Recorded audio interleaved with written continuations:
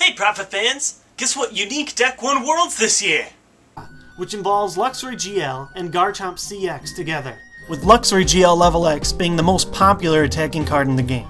And number one, not to much surprise, is Luxchomp. Luxray Level X is the most popular card in the game. Not only does it have lightning weakness to Luxray GL, the winningest Pokemon of the format, but it also struggles against Garchomp C Level X. 6 international national wins, all just in Masters. His name is Luxchomp. Luxchomp, unsurprisingly, is still far in the number one spot, and decks without a counter to Luxchomp won't be able to perform well at Worlds. Luxray! Go ahead. Guess.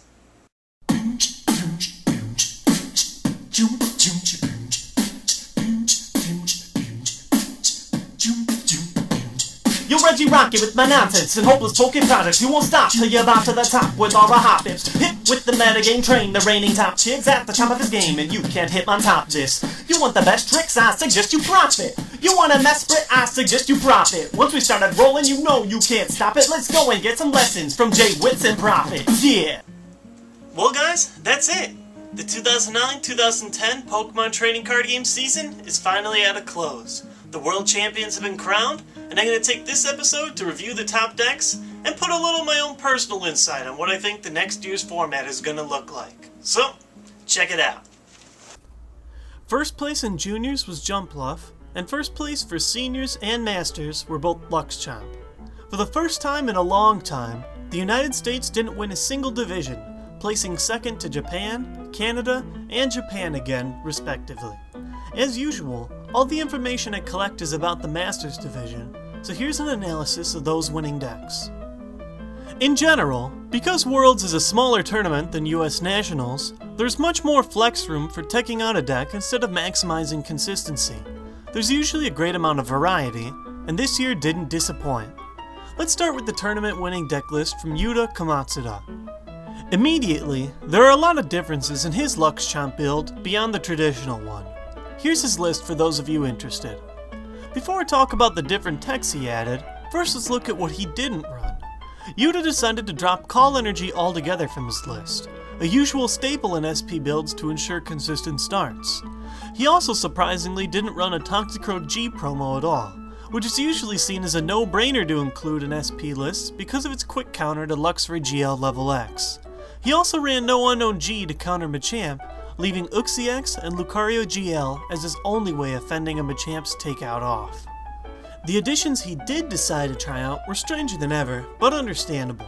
The Dialga G Level X tech is used as a Mewtwo counter for shutting off bodies like Spiritombs, and as Trainer Locker with Deafen.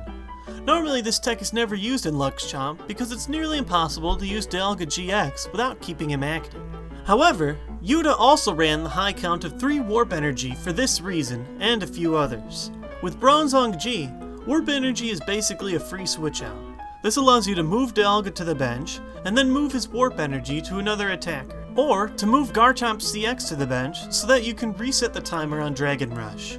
But perhaps the strangest addition to his deck was the 3 Professor Oak's New Theory, a supporter card that lets you shuffle in your hand for a new one of 6 cards.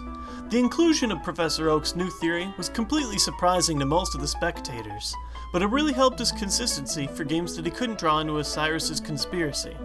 And the last interesting addition was Dragonite FB instead of Ambipom G as a Garchomp CX counter.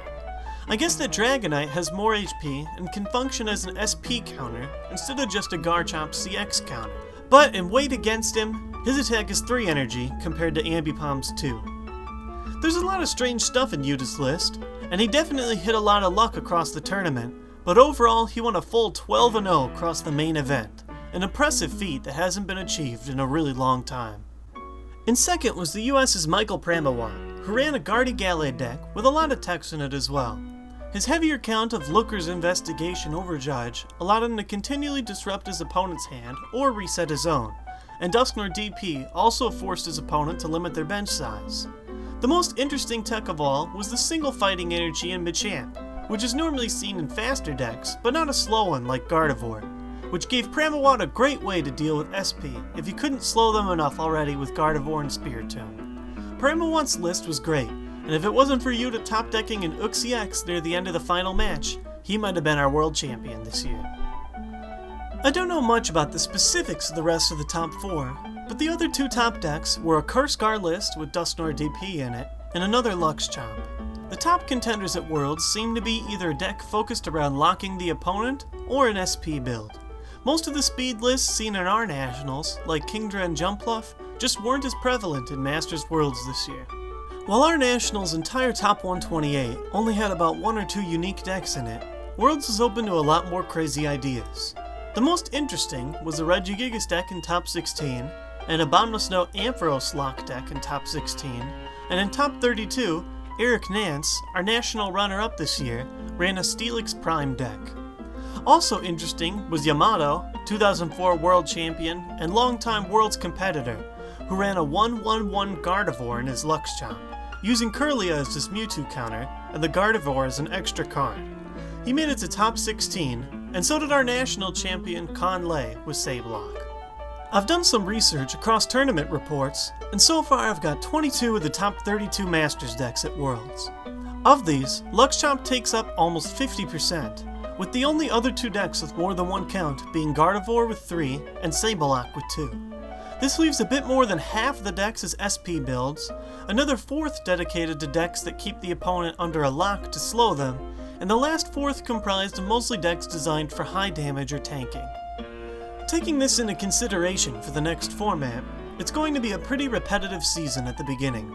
The most prevalent deck types in states of 2008, SP, is going to be in full force next season, minus Unknown G for the players who had it.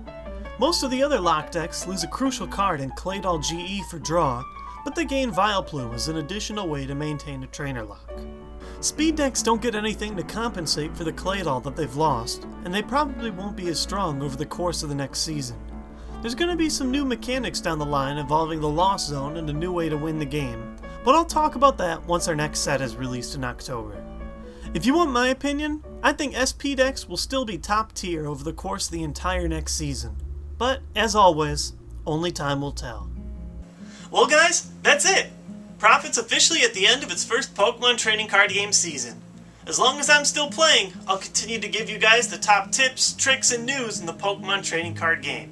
However, since the season's over, there's not really too much to talk about until tournaments start up again, so I'm going to use the next episode as an opportunity to do a JWittz Q&A. Ever had a question about the show, or me as a player that you've been dying to ask me? Just put a question into the comments section below.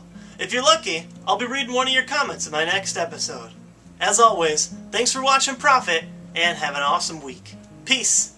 Today's information-filled Prof-It episode was brought to you by Stop2Shop.com, and they've got a special offer for you. If you use the coupon code PROF-IT, all caps, you get 15% off your full order. Stop2Shop.com offers a wide selection of decks, packs, single cards, sleeves, and they offer $1.99 shipping for up to 100 single cards. Be sure to check them out for your Pokemon card needs, and thanks for sponsoring Prof-It.